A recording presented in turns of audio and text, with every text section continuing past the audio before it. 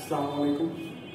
আমার কাছে অনেকেই জানতে চেয়েছেন যে ট্রানজিস্টরে যে গেইনটা আমাদের বের করতে বলছে বিটিসিএল প্রশ্নটা বিটিসিএল পরীক্ষাতে, সেই গেইনটা কি হবে, কিভাবে করব, আর এটা করার প্রসেসটা কি।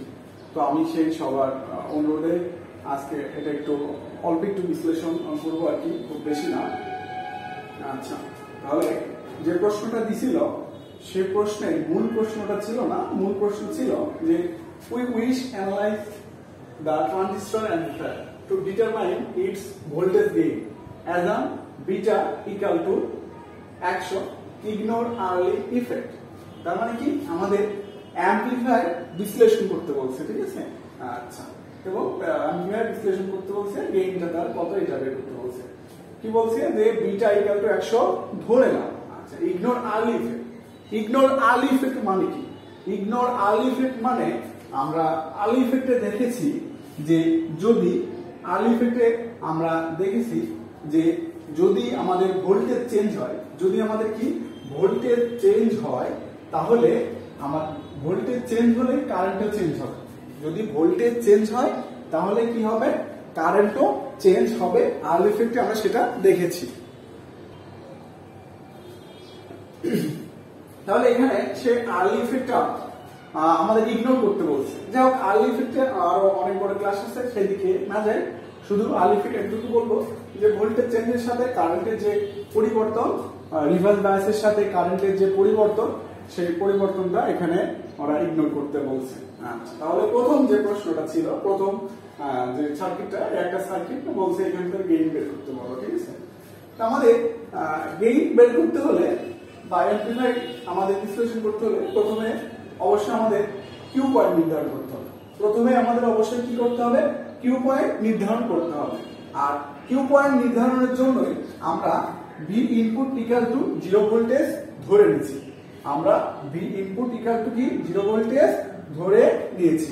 তাহলে V input equal two 0 voltage ধরি, তাহলে আমাদের এখান থেকে আইবি বের হবে এবং তার সাথে আইসিও বের হবে। আইসি বের হলে বিসিও পাবো।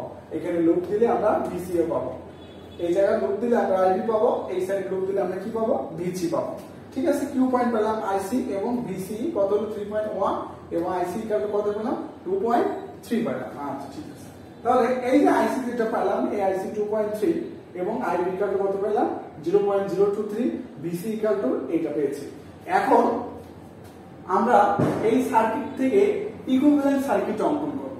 এই সার্কিট থেকে আমরা ইকুইভ্যালেন্ট সার্কিট অঙ্কন করব। ইকুইভ্যালেন্ট সার্কিট অঙ্কন করার সময় ডিসি যে সোর্সগুলো থাকবে সেগুলো কি হয়ে যাবে, বাদ হয়ে যাবে, অর্থাৎ শর্ট হয়ে যাবে। ডিসি যে সোর্স থাকবে সেটা কি হয়ে যাবে, বাদ হয়ে যাবে, অর্থাৎ শর্ট হয়ে যাবে।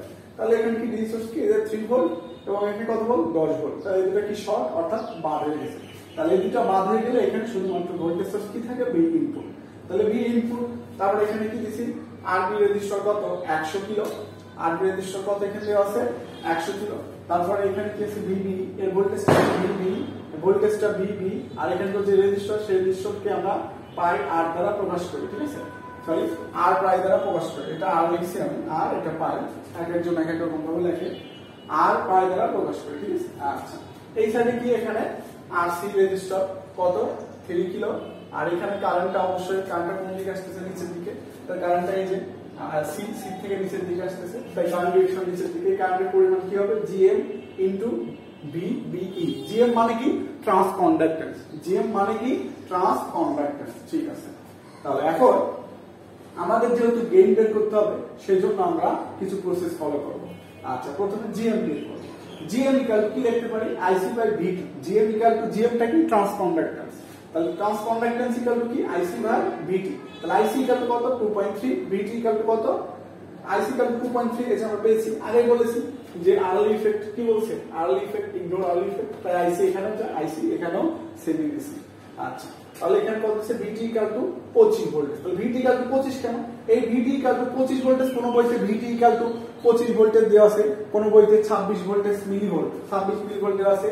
আর রুম টেম্পারেচার, ঠিক আছে, সেটা 25 বা 26 ধরলে কোনো সমস্যা নাই, 25 ডিগ্রি সেলসিয়াস, 25 বা 26 হবে, সমস্যা নেই। আচ্ছা, তাহলে এখন আমরা তার পরবর্তী ধাপে যাই।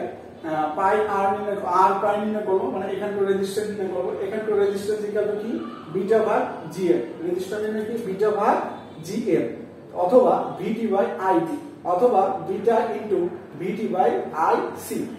আচ্ছা, তাহলে বিটার মান কত পাইছি আমরা 100, 92 জিএম এর মান কত পাইছি 92, তার কত হইছে 1.09 কিলো ওহম।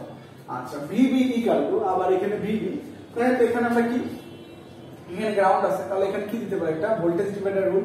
তাহলে ভোল্টেজ ডিভাইডার রুল যদি দেই যে এখানকার voltage equal to supply voltage গুণন ওখানকার রেজিস্টর গুণন ওখানকার রেজিস্টর ডিভাইড বাই কি টোটাল রেজিস্টর সার্কিটের টোটাল রেজিস্টর।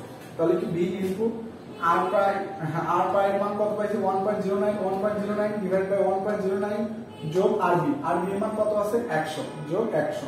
তাহলে বি ইনপুট ইকুয়াল টু কত হচ্ছে আমাদের 0.011 ভি আই, ঠিক আছে, সরি ভিবি ইকুয়াল টু আমরা এটা পেলাম, ঠিক আছে।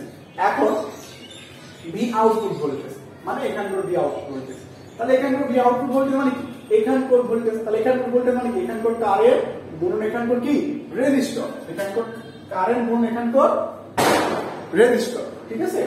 আচ্ছা, এখন কারেন্টটা তো উল্টা পথে প্রবাহিত হচ্ছে, ঠিক আছে, কারেন্টটা প্লাস মাইনাস ভুলেছে, এটা মাইনাস প্লাস এটা কি মাইনাস, কারেন্টটা তো এই দিকে ফ্লো হচ্ছে, তাহলে অবশ্যই ভি আউটপুটটা কি হবে নেগেটিভ হবে, তাহলে নেগেটিভ দিছি, তাহলে এই কারেন্টের মানটা কত জিএম ভিবি, তাহলে জিএম ভিবি, তাহলে রেজিস্টরটা কত আরসি, রেজিস্টর কত আরসি, তাহলে এই কারেন্ট গুণ রেজিস্টর, তাহলে ভোল্টেজ পেয়ে গেলাম কত পেলাম ভোল্টেজ -3.03 ভি আই, ঠিক আছে। আচ্ছা, এখন যদি লোড রেজিস্ট্যান্স একটা দিয়ে দিত, মনে করেন এখানে একটা লোড রেজিস্ট্যান্স দিয়ে দিছে বা এখানে লোডের একটা কি রেজিস্ট্যান্স দিয়ে দিছে, লোডে যদি রেজিস্ট্যান্স দিয়ে দেয় তখন কি হবে আরসি প্যারালাল কি ওই লোড রেজিস্ট্যান্স, কোনো সমস্যা নেই, এভাবে দিলেই হবে, ঠিক আছে।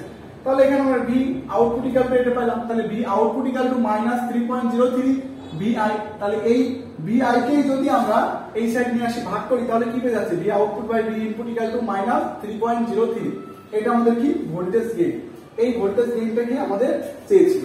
এখন কথা হচ্ছে কি প্রশ্নে তো আমাদের এত কিছু ছিল না, আসলে মূল প্রশ্ন ছিল এত আমাদের বিটিসিএল এ যেটা দিছিল সেটা অনেক কিছু ইগনোর করে দিছিল বা অনেক কিছু আমাদের আগায় দিছিল, যেমন জিএম এর মানটা দিয়ে দিছিল, যেমন কি জিএম এর মানটা দিয়ে দিছিল, ঠিক আছে। জিএম এর মানটা দিয়ে দিলে তাহলে আমাদের তো আরো সুবিধা হয়, জিএম বের করা লাগে না, আর জিএম বের করতে আহামরি তেমন কোনো কিছু লাগে না, ঠিক আছে, জিএম বের করতে আহামরি কিছুই আমাদের লাগে না, কারণ আমরা আইসিটা অলরেডি বের করতেই বলেছে প্রশ্নে তো আইসি বের করতে বলছে, প্রশ্নে ভিসি বের করতেই বলেছে, তাহলে সুতরাং জিএম বের করতে তো আমাদের ঝামেলা নাই, প্রশ্নে তো বলেছে, তাহলে প্রশ্নে যদি জিএম নাও দিত তাহলে আমরা জিএম এভাবে বের করে নিতাম, কোনো অসুবিধা ছিল না, ঠিক আছে। তাহলে এই হচ্ছে আমাদের যে ম্যাথ দিছিল সেটা। এখন এই যে অ্যাপ্রক্সিমেটলি যে সার্কিট করলাম, ট্রানজিস্টর অ্যাপ্রক্সিমেটলি সার্কিট করলাম, এই সার্কিট আরেক রকম হয়, সেদিকে আমরা যাবো না, যেহেতু এরকম করতে বলছে তাই এরকমই আমরা করছি। এখন এখানে যদি আরেকটা আর হইতো তাহলে আরো ভিন্ন হইতো, শুধু এই যে এভাবে বের করে তা না, আরো অনেকভাবে বের করা যায়, যখন এখানে প্রশ্ন এভাবে বের করতে বলেছিল তাই আমরা এভাবে বের করেছি। আচ্ছা, তাহলে এই হচ্ছে ট্রানজিস্টরের যে ভোল্টেজ গেইনটা সেইটা। এখন অনেকে প্রশ্ন করছে আবার যে এসি সার্কিটের যে ম্যাথটা দিয়েছে সেই এসি সার্কিটের ম্যাথেও নাকি অনেকের সমস্যা হয়েছে, তো এসি সার্কিটের ম্যাথটা আমি একটু সমাধান করে দেব। আচ্ছা, এই এসি সার্কিটের ম্যাথ এখানে বলেছে যে সার্কিটটি এখানে কোন ধরনের রিঅ্যাক্টিভ সংযুক্ত করতে হবে এবং ইয়ার মান কত, সিম্পল একটা ম্যাথ ছিল। তো আমরা জেড ইকুয়াল টু বের করতে পারি যে ভি ভাগ কত আই, তাহলে ভি এর মানটা কত 100 ডিভাইড বাই আই এর মানটা কত 5 অ্যাঙ্গেল অফ 30, এটাও ম্যাক্সিমাম এটাও ম্যাক্সিমাম, এই জেড বের করতে হলে অবশ্যই আরএমএস লাগে, কিন্তু এটাও ম্যাক্সিমাম এটাও ম্যাক্সিমাম, তাহলে একে যদি √2 দ্বারা ভাগ করি একেও √2 দ্বারা ভাগ করতে হবে, তাহলে উপরে কাটাকাটি যাবে, ঘুরে ফিরে একই কথা, তাই আমি ম্যাক্সিমাম দিয়ে করলাম। তাহলে এটা যদি আমরা করি তাহলে ক্যালকুলেটরে কত আসবে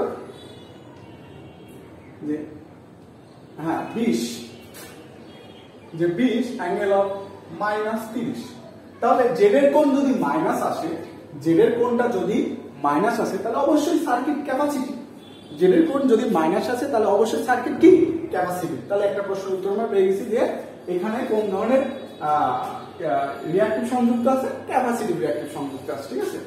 আচ্ছা, সার্কিটটা কি ক্যাপাসিটি। এখন বলছে এর এবং ইহার মানটা কত, তাহলে ইহার মানটা আমরা এখন নির্ণয় করব।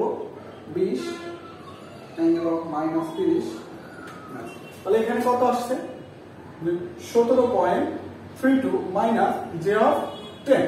এখন জেড যেটা বের হয়, যেই জেডটা বের হয়, জেড মূলত সিরিজের বের হয়, জেড মূলত কিসের বের হয়, সিরিজের বের হয়। এই যে জেড যে বের হলো 17.32 মাইনাস জে অফ 10, এটা অবশ্যই সিরিজের, মানে কেমন বের হয়েছে, এই যে এমন বের হয়েছে, ঠিক আছে। যেখানে কত 17.32 আর এখানে তো মাইনাস জে অফ 10 বের হয়েছে, সিরিজের। মনে রাখবেন জেড বের হয় অলওয়েজ কি সিরিজের, কিন্তু এই সার্কিটটা কি আমাদের প্যারালাল, তাহলে অবশ্যই আমাদের কি এই মানটাকে প্যারালালে কনভার্ট করতে হবে। মানটা কিসে কনভার্ট করতে হবে, প্যারালালে কনভার্ট করতে হবে। তো প্যারালালে কনভার্ট করার অনেক রকম নিয়মই আছে, আমি এক রকম নিয়ম দেখাই, যে জেড ইকুয়াল টু এক্সএস গুণন এক্সপি। এক্সএস মানে কি সিরিজ রিঅ্যাক্ট্যান্স, এক্সপি মানে কি প্যারালাল রিঅ্যাক্ট্যান্স, আর জেড মানে কি সার্কিটের সম্পূর্ণ কি ইম্পিডেন্স। ইম্পিডেন্স বলতে শুধু অ্যাম্পলিটিউড, মানে কত 20 জেড স্কয়ার। তাহলে এখানে কি এক্সপি কি হবে, জেড স্কয়ার মানে কত 20 স্কয়ার ডিভাইড বাই এক্সএস। তাহলে সিরিজের মানটা কত আসছে 10, তাহলে এখানে 10 দেই, তাহলে কত আসবে 40 ওহম। তাহলে এর মানটা কত হবে, প্যারালালের ক্যাপাসিটিভ রিঅ্যাকট্যান্সের মান কত 40 ওহম। এই মানটাই চেয়েছে। অনেকে আমরা এই 10 দিয়ে দিচ্ছি, কিন্তু সেটা ভুল, কারণ সার্কিট ছিল প্যারালাল, আপনাকে প্যারালাল অনুসারে করতে হবে, ঠিক আছে। অথবা এভাবে বের করা যায় যে y equal to 1/z, y equal to 1/z। কারণ কি অ্যাডমিটেন্স যেটা হয় সেটা প্যারালালের এলিমেন্ট বের করে, অ্যাডমিটেন্স কার এলিমেন্ট বের করে, প্যারালালের এলিমেন্ট বের করে। আচ্ছা, তাহলে ওটা যদি আমরা কনভার্ট উল্টায় ফেলি, তাহলে 1/20 অ্যাঙ্গেল অফ -30, সেটাকে যদি আমরা উল্টায় ফেলি তাহলে এর মানটা আসবে কত 0.043 প্লাস জে অফ 0.025। তাহলে এটা কার মান, অবশ্যই জি এর মান, আর এটা কার মান, বিসি এর মান। তো আমরা জানি আর ইকুয়াল টু কি 1/g, R x equal to কি জানি 1/বিসি। তাহলে এখানে মান বের হয়ে যাবে, আর এর মান বের হয়ে যাবে কত 0.043 ইনভার্স 23.25 ওহম। আর এর মানটা চাইছিল না, এটা বের করার দরকার নাই, 0.25 ইনভার্স 40। ঘুরে ফিরে একই কথা, আমরা যেভাবে করি একই কথা আসবে, ঠিক আছে। মানে এই যে অ্যাডমিটেন্স আমরা বের করলাম, এই অ্যাডমিটেন্সটা মূলত কি, এই জিটা কোথাকার এখানকার, আর এই বিসিটা কোথাকার এখানকার। কেন, কারণ অ্যাডমিটেন্স বের হয় প্যারালাল সার্কিটের, অ্যাডমিটেন্স বের হয় কিসের, প্যারালাল সার্কিটের, আর ইম্পিডেন্স বের হয় কিসের, সিরিজ সার্কিটের। যেহেতু সার্কিট প্যারালাল দেশে, তাই এম্পিরিক আমরা এই যে ইম্পিডেন্স বের করছি, এই ইম্পিডেন্সকে আবার কোথায় কি প্যারালালে কনভার্ট করতে হবে। প্যারালালে কনভার্ট করলে মান কত আসবে 40। অথবা আপনি সরাসরি এইভাবে করতে,